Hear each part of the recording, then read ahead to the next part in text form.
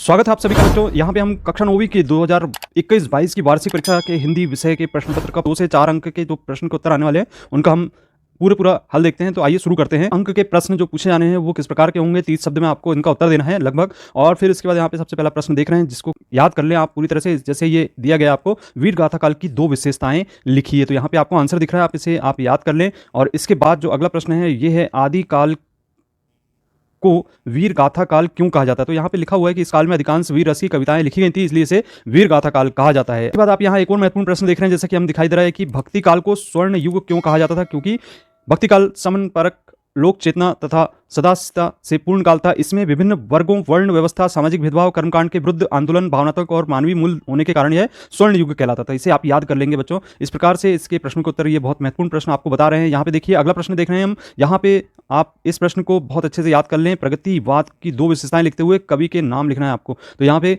विशेषताएं आप देख रहे हैं, धर्म, ईश्वर एवं परलोक का विरोध, पूंजीपति वर्ग के प्रति घृणा का प्रचार, नारी के प्रति यथार्थवादी दृष्टिकोण। और कवि रचनाएं इसकी नागार्जुन, युगधारा एवं पंत, युगवाणी और निराला की कुकुरमुत्ता। तो इस प्रकार से इनको याद कर लें। इसके बाद आप यहाँ देख रहे हैं अगला प्रश्न, यहाँ पे नई कविता के प्रमुख 2 विशेषताएं। तो इसका आंसर आप दे सकते हैं, कुंठा, संतरांश, मृत्युबोध और दूसरा व्यंग प्रधान रचनाएं और क्षणवाद की प्रधानता। तो ये था अगला प्रश्न। इसका देख रहे हैं हम, यहाँ पे बहुत ही महत्वपूर्ण है, मानसरोवर से कवि का क्या आशय है। बहुत ही महत्वपूर्ण प्रश्न है। मानसरोवर हिंदुओं का पवित्र तीर्थ स्थान है जिसमें हंस आनंद पूर्वक क्रीड़ा करते हुए मोती चुगते रहते हैं। कवि ने मन को मानसरोवर कहा है, और मन रूपी पवित्र सरोवर जिसमें जीवात्म रूपी हंस भगवान की भक्ति में मग्न होकर आनंद के मोती चुगते रहते हैं। तो ये था अगला प्रश्न। इसके बाद इसको भी आप याद कर लें। यहाँ पे कवि ने सच्चे प्रेम की कसौटी क्या बताई है। तो यहाँ पे हम लिखेंगे इसका आंसर कि वह दिन रात प्रभु भक्ति में लगा रहता है और वह मोह माया से दूर रहता है, और आप उसके मिलने पर मन की सभी मलिनता समाप्त हो जाती है। इसके बाद हम अगला प्रश्न देख रहे हैं यहाँ पे, इस संसार में सच्चा संत कौन कहलाता है। बहुत महत्वपूर्ण प्रश्न है। इस संसार में सच्चा संत वह है जो सांप्रदायिक भेदभाव, बैर विरोध, तर्क वितर्क में न पड़कर निश्चल भाव में प्रभु की भक्ति में लीन रहता है। वह राम रहीम काबा काशी को एक समान समझता है। इसके बाद चलिए इसमें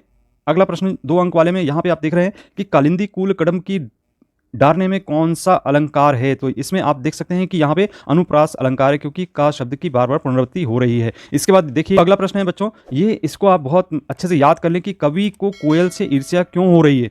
क्योंकि वह स्वच्छंद होकर उड़ सकती है, परंतु कभी काल कोठरी में कैद हो, और कोयल के गीतों को सुनकर लोग खुश होते हैं जबकि कवि को रोना भी मना है। और अगला प्रश्न इसी का, यहाँ पे आप, कवि ने गाँव को हरता जन मन क्यों कहा है। इसका आंसर आपको इस तरीके से देना है कि कवि ने गांव को हरता जन मन कहा है क्योंकि ठंड के दिनों में अंतिम में ओस से भीगा और नींद में डूबा होने के कारण शांत ग्राम और अनोखी सुंदरता से प्रत्येक मन को मोहित कर रहा है। ग्राम की प्राकृतिक शोभा अनोखी है, वह हर जन का मन हर लेता है। तो ये इस तरीके से आपको इनके उत्तर देना है बच्चों। ये आप अभी तक आपने चैनल को सब्सक्राइब नहीं किया तो सब्सक्राइब कीजिए, क्योंकि बहुत सारे बच्चे चैनल को जरूर देख रहे हैं किंतु चैनल के वीडियो को देख रहे हैं किंतु अभी तक सब्सक्राइब नहीं कर रहे हैं। आपका सब्सक्राइब करने में कोई भी खर्च नहीं होता है बच्चों। आप सब्सक्राइब जरूर करें क्योंकि आपको इसी प्रकार के कंटेंट इस चैनल पर मिलते रहेंगे। अगला प्रश्न है, अलंकार की परिभाषा लिखिए। तो अलंकार काव्य का सौंदर्य बढ़ाने वाला धर्म अलंकार कहलाते हैं। तो यहाँ अगला प्रश्न है, यहाँ पे काव्य के प्रकार। तो काव्य के 2 प्रकार के नाम लिखना है, ये बहुत महत्वपूर्ण है। एक होता है श्रव काव्य और दूसरा काव्य। इसके बाद आप अगला प्रश्न देख रहे हैं यहाँ पे कि रस के प्रकार एवं उनके स्थायी भाव। तो रस के प्रकार कुल 10 प्रकार हैं और इनके स्थायी भाव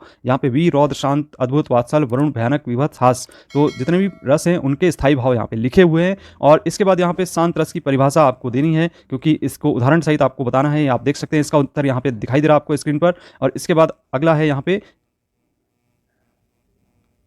अनुप्रास अलंकार की परिभाषा उदाहरण सहित बताइए। तो यहाँ पे अनुप्रास अलंकार जहाँ एक ही वर्ण का एक से अधिक बार प्रयोग होता है वहाँ अनुप्रास अलंकार होता है। जैसे उदाहरण दिया गया है कि चारू चंद्र की चंचल किरणें खिल रही थी जलथल में, यहाँ चा शब्द बार बार आ रहा है। और यहाँ पे जैसे ही रघुपति राघव राजाराम या तरनी तरुज तर्ट तमाल तरुवर बहुछाए, ये अनुप्रास अलंकार के उदाहरण है। अब अगला प्रश्न है, यहाँ पे विभाव और अनुभाव में कोई 3 अंतर आपको देना है। तो इसका इस प्रकार से अंतर लिख सकते हैं, स्थायी भाव को जागृत करने वाले कारक विभाव हैं, जबकि आश्रय की बाह्य चेष्टाएं अनुभाव कहलाती हैं। विभाव 2 प्रकार के होते हैं जबकि अनुभाव 4 प्रकार के होते हैं। अब यहाँ पे अगला प्रश्न, जैसे कि हम देख रहे हैं कि महाकाव्य खंड काव्य में 3 अंतर, हमने इसके पूर्व के वीडियो में आपको बता चुके हैं, फिर भी आप स्क्रीन पर देख सकते हैं, इनको याद कर लीजिए। इसके बाद अगला प्रश्न है, वीर रस की उदाहरण सहित आपको लिखना है परिभाषा। अब इसमें किसी विपरीत दिशा को स्वयं के अनुकूल बनाने के निमित्त हृदय में उत्पन्न उत्साह को ही वीर रस कहा जाता है, या उत्साह की दशा में वीर रस होता है, इसका स्थायी भाव उत्साह है। और यहाँ पे उदाहरण देख सकते हैं आप, बुंदेले हर बोलो के मुख हमने सुनी कहानी थी, खूब लड़ी मर्दानी में तो झांसी वाली रानी थी, ये वीर रस का उदाहरण है। अब चलिए इसके अगले प्रश्न की ओर, जो बहुत महत्वपूर्ण है, इसको आप याद कर लें। छंद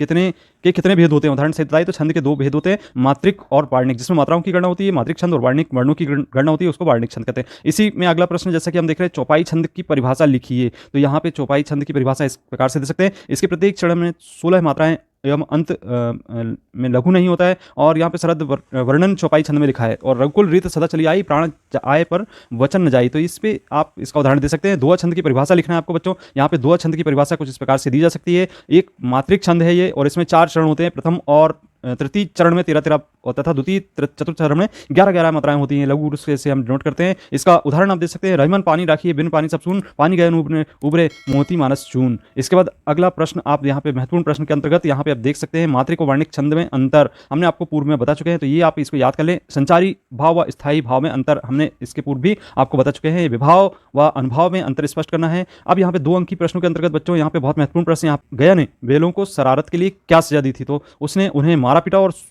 रूखा सूखा चारा खाने को दे दिया था, और उसे एक मोटी रस्सी से बांध दिया था। इस प्रकार से ये इसका अगला प्रश्न बहुत महत्वपूर्ण है। गया भागते बेलों को क्यों नहीं पकड़ पाया? क्योंकि वो बहुत तेज दौड़ रहे थे। इसका आंसर होगा बच्चों। और इसके बाद कांजी हाउस में पशुओं की हाजिरी क्यों ली जाती थी? वेरी इंपॉर्टेंट क्वेश्चन, बहुत ही महत्वपूर्ण है। ये हर प्रकार की सभी प्रकार की परीक्षाओं में पूछा गया है। तो इसमें पशुओं के लिए एक जेल थी कांजी हाउस, और यहाँ पे आवारा पशुओं को बंदी बनाकर रखा जाता था, उनका रिकॉर्ड रखा जाता था। इस रिकॉर्ड के आधार पर पशुओं के मालिकों को मिल जाने पर उन्हें जुर्माना लेकर छोड़ दिया जाता था। जिन पशुओं के मालिक नहीं मिल पाते थे उनकी नीलामी होती थी, और इसलिए पशुओं की हाजिरी ली जाती थी। इसके बाद अगला प्रश्न यहाँ पे आपको इसको भी याद करना है। छोटी बच्ची को बैल के प्रति प्रेम क्यों उमड़ पड़ा था? तो इस प्रकार से इसके आंसर देना है। अब यहाँ पे अगला प्रश्न है, लेखक के अनुसार सुख जीवन में सुख से क्या अभिप्राय है? तो यहाँ पे आपको बताना है कि जो बाजार में उपलब्ध वस्तुओं का अधिक उपभोग है, और यहाँ पे उत्पादन बढ़ाकर प्रचारित किया जाता है, और इसलिए जीवन में सुख की व्याख्या उपभोग भोग हो गई है। इसके बाद आपको यहाँ पे उपभोक्ता संस्कृति के क्या दुष्परिणाम है, इसको भी याद कर लें आप। इसके बाद यहाँ मैना की अंतिम इच्छा, बहुत ही महत्वपूर्ण प्रश्न जो कि आपको याद करना है। यहाँ पे आप इसका आंसर देख सकते हैं कि क्या थी इसकी अंतिम इच्छा। इसके बाद का प्रश्न जैसा कि हमें दिख रहा है कि लोग फोटो खिंचवाने के लिए क्या क्या उधार मांग लेते हैं। तो यहाँ पे आप देख सकते हैं कि खुद को सुंदर, स्वस्थ तथा महत्वपूर्ण दिखाने का प्रयास करते हैं, इसलिए वो पोशाक, जूते, रोटी आदि मांगकर भी पहन लेते हैं। कुछ लोग इत्र लगाकर फोटो खिंचवाते हैं ताकि फोटो में सुगंध आए। इसमें इसका अगला प्रश्न है, प्रेमचंद किन किन उपाधियों से विभूषित किया गया है? लेखक प्रेमचंद को किन किन उपाधियों से विभूषित किया गया? तो लेखक ने प्रेमचंद को महान कथाकार, उपन्यास सम्राट, युग प्रवर्तक जैसी उपाधियों से विभूषित किया है। प्रेमचंद की क्या विडंबना थी, इसको आप याद कर लें, बहुत महत्वपूर्ण प्रश्न है। यहाँ पे यह थी कि टोपी और जूते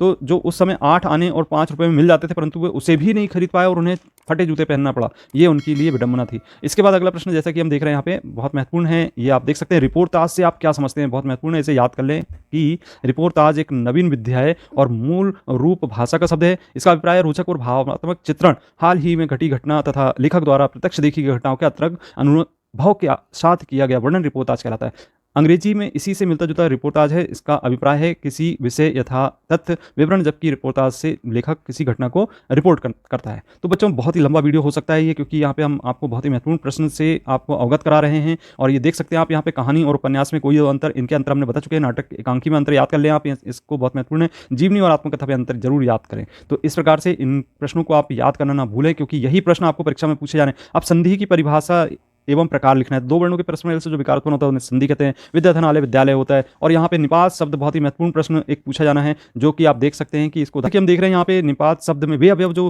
किसी शब्द या पद के बाद लगाकर उसके अर्थ में विशेष बल देते हैं, निपात शब्द कहलाते हैं। जैसे रमेश केवल पढ़ रहा है, मैंने उसे देखा तक नहीं।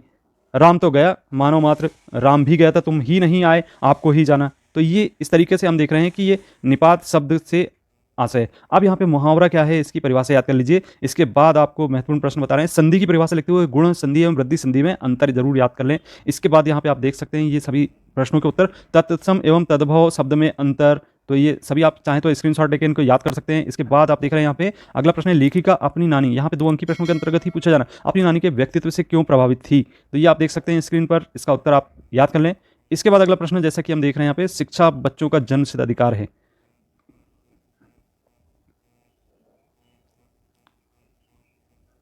अगला प्रश्न बच्चों, भूख मीठी की भोजन मीठा से क्या अभिप्राय है? ये इसका आंसर आप याद कर लें, यहाँ पे आपको लिखा हुआ है। इसके बाद यही इसी से संबंधित जैसे कि देख रहे हैं हम, अब बहुत महत्वपूर्ण प्रश्न जो कि 4 अंक का पूछा जाता है बच्चों। यहाँ पे आप देख रहे हैं कि प्रसंग सहित व्याख्या। तो एक तो आप ये तैयार कर लें कि मानसरोवर सुभर जल हंसा केली करा है, मुक्ता फल मुक्ता चुगे जब उड़ी अंत न जाहि। तो ये इसका संदर्भ और इसकी व्याख्या आप देख सकते हैं, इसको आप याद कर लें। इसके बाद एक और बहुत महत्वपूर्ण जो कि बिल्कुल आपके प्रश्न पत्र में आना ही है। प्रेमी ढूंढ में फिरो, प्रेमी मिले न कोई, प्रेमी को मिले प्रेमी मिले, सब विष अमृत होई। इसका भी संदर्भ सहित आप व्याख्या देख सकते हैं। इसके बाद यहाँ पे एक और है, ऊंचे कुल का जन्मिया जे करनी ऊंच न होई, सोबरन कलश सुरा भरा साधु निंदा सोई। और इसके बाद आप यहाँ देख सकते हैं, क्या गाती हो क्यों रह जाती हो, कोकिल बोलो तो क्या लाती हो, और हमेशा किसका कोकिल बोलो तो इस तरीके से इसका संदर्भ सहित व्याख्या देख सकते हैं। इसमें एक और महत्वपूर्ण यहाँ पे आप देख सकते हैं कि पेड़ झुक झांकने लगे गर्दन उचकाए, आंधी चली धूल भागी घाघरा उठाए, बाकी चिनमन उठा नदी ठिठक की घूंघट सर के, मेघ आए बड़े बड़े बन ठन के संवर के। तो ये इसका संदर्भ सहित व्याख्या आप देख सकते हैं। अब इसके बाद यहाँ पे संदर्भ, यहाँ पे आपको आप गद्यांश की बात करते हैं तो यहाँ पे महत्वपूर्ण गद्यांश आप देख सकते हैं कि दोनों दिन भर भर जाते डंडे खाते। ये इसको भी आप इसका संदर्भ प्रसंग सहित व्याख्या आप देख सकते हैं और याद कर सकते हैं। ये आप देख रहे हैं। इसके बाद अगला जो है इसको भी याद कर लें, मुझे लगता है कि तुम किसी शख्स चीज़ को ठोकर मारते रहते हो। ये इसको भी आप इसका देख सकते हैं, संदर्भ सहित व्याख्या दी गई है, इसको आप याद कर लें। नेक्स्ट यहाँ पे वीडियो बहुत लंबा हो सकता है, इसलिए आप ध्यान रखें कि इसको हम बहुत जल्दी जल्दी आपको बता रहे हैं। बाबा कहते थे इसको हम विदुषी बनाएंगे, तो इसको भी आप इसका संदर्भ सहित व्याख्या आप यहाँ देख सकते हैं, आपको देखने को मिल रही है। इसके बाद बच्चों यहाँ पे आपको 3 अंकी प्रश्न के उत्तर गद्यांश को पढ़कर यहाँ पे आपको इसका आंसर देना है। ये आप देख सकते हैं, ये विद्यार्थी में अनुशासनहीनता की कथित समस्या को समाधान, ये वाला आप जरूर तैयार करें और इसके प्रश्न को उत्तर देना है। यहाँ पे आप देख सकते हैं उपयुक्त गद्यांश का एक उचित शीर्षक तो विद्यार्थी और अनुशासनहीनता है, और विद्यार्थी के जीवन की जिम्मेदारियों को अनुभव कराकर अनुशासन से बचाया जा सकता है। दूसरे प्रश्न का आंसर और उपयुक्त गद्यांश का सारांश लिखना है, तो सारांश आपको स्क्रीन पर दिख रहा है। इसके बाद अगला प्रश्न यहाँ पे निम्नलिखित अपठित काव्यांशों को पढ़कर, तो यहाँ पे काव्यांश भी बहुत महत्वपूर्ण है, ये देख सकते हैं आप। यहाँ पे इसका शीर्षक लिखना है, तो ईश्वर भक्ति है और राम रतन धन मीरा ने प्राप्त किया है। और इसके बाद इसमें इसका भावार्थ लिखना है, तो ये आप भावार्थ देख सकते हैं। इसके बाद इसका आप अगला यहाँ पे हम देख रहे हैं कि अपने यहाँ पे पत्र की बात कर रहे हैं, तो औपचारिक और अनौपचारिक पत्र होते हैं। तो यहाँ पे जो औपचारिक पत्र देख रहे हैं, प्राचार्य महोदय को स्थानांतरण प्रमाण पत्र, तो एक प्रार्थना पत्र लिखना है। इसके बाद एक महत्वपूर्ण पत्र यहाँ पे 3 दिन की अवकाश के लिए प्रार्थना पत्र आप देख सकते हैं, इनको लिखना सीख सकते हैं। इसके बाद यहाँ पे शाला शुल्क मुक्ति के लिए भी आप देख सकते हैं। इसके बाद अनौपचारिक पत्र में यहाँ पे आप देख सकते हैं कि वार्षिक परीक्षा की तैयारी के संबंध में पिताजी को पत्र लिखा गया है, इसको आप तैयार कर लें। इस तरीके से पत्र लेखन आएगा बच्चों। और इसके बाद यहाँ पे आप निबंध की बात करते हैं, तो निबंध में आप देख सकते हैं साहित्य समाज विज्ञान के चमत्कार राष्ट्रीय पर्व विद्यार्थी जीवन। साहित्य समाज में आप ये देख सकते हैं, इस तरीके से आपको निबंध लिखना है।